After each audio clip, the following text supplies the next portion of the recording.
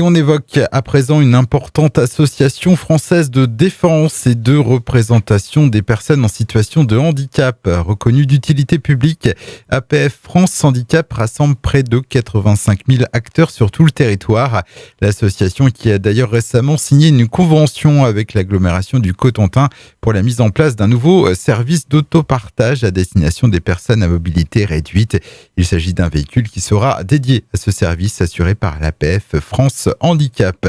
Et nous sommes en ligne avec Hugues Montfort, le directeur régional d'APF France Handicap Normandie. Bonjour.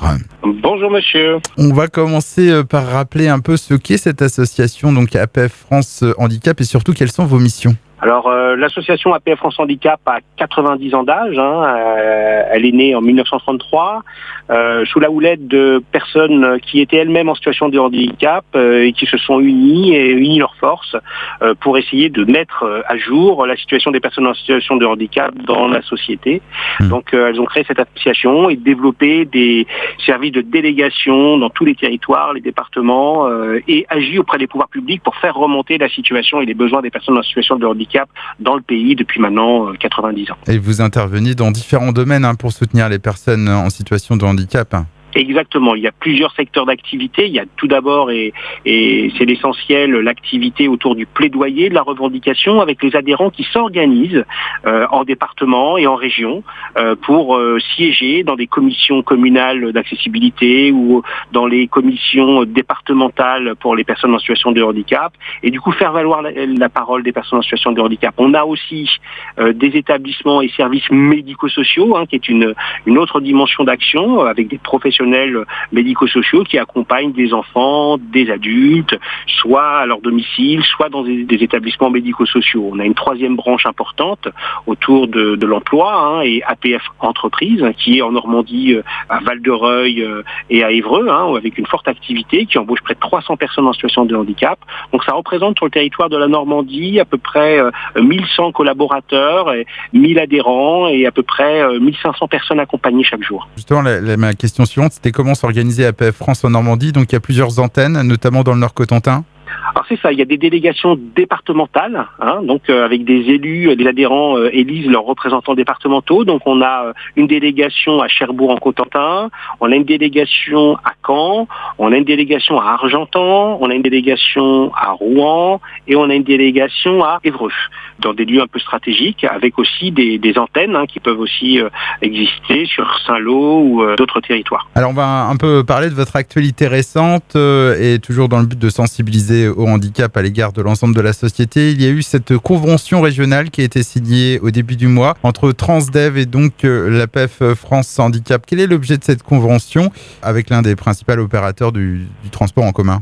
Alors effectivement, c'est une belle opportunité, puisque M. Didiot, le directeur régional de Transdev, m'a contacté pour essayer de construire ensemble des solutions pour les personnes en situation de handicap et notamment améliorer la qualité des services aussi dans les transports. Transdev, c'est un opérateur majeur, international et très important sur le territoire national et très implanté en Normandie. Donc du coup, on a convenu de travailler ensemble avec nos délégations, avec les adhérents, puisqu'on met en place des actions de sensibilisation où on met en situation les personnes dites valides pour ressentir et expérimenter la situation de handicap dans les actes de la vie quotidienne. Et donc on va travailler avec Transdev sur la sensibilisation des chauffeurs, sur comment améliorer les réseaux, comment on peut travailler aussi sur l'employabilité de leurs collaborateurs qui parfois peuvent se retrouver dans des situations de handicap dans leur carrière professionnelle, mais aussi pourquoi pas créer des passerelles avec nos actions, nous, d'insertion professionnelle sur les territoires normands.